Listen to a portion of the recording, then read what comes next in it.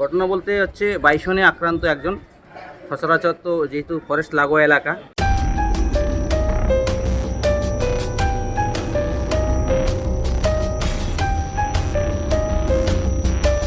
বাইসনের গুঁতোতে আহত হলেন এক ব্যক্তি। সাত সকালে এই ঘটনায় চাঞ্চল্য ছড়িয়েছে ধূপগুড়িতে।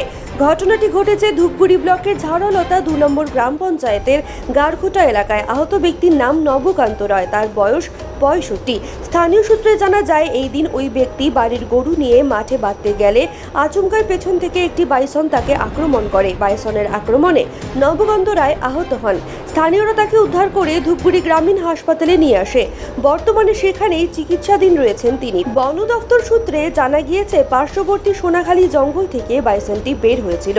এক ব্যক্তিকে আক্রমণ করে ফের বাইসনটি জঙ্গলে ফিরে যায়। ঘটনার খবর পেয়ে ঘটনাস্থলে বনকর্মীরা যান। আহত ব্যক্তির খোঁজ খবর নেওয়া হচ্ছে বন দফতরের তরফে।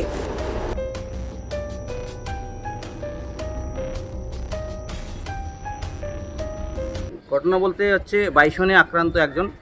সচরাচর তো যেহেতু ফরেস্ট লাগোয়া এলাকা, হাতি থেকে শুরু করে বাইসন থেকে শুরু করে বাঘ থেকে শুরু করে বিভিন্ন বন্যজন্তু কিন্তু সচরাচর আছেই। বিশেষ করে এখন ধানের সিজন, সন্ধ্যা হলে হাতির উপদ্রব শুরু হয়। তো যাক, ফরেস্ট এলাকার মানুষ সচরাচর সকাল হলেই গরু ছাগল নিয়ে কিন্তু ফরেস্টের দিকে দৌড়ায়। সেই হিসেবে আজকে ওই ব্যক্তিও গেছিলো গরু বাঁধতে।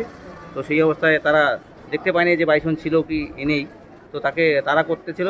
এই সময়ে 2-4 জন ছিল জন্য কিন্তু তাকে বেশি আক্রান্ত করতে পারেনি।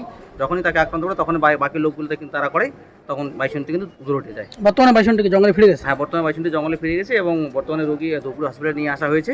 এখানে একটা এক্সরে করতে বলছে ডাক্তারবাবু।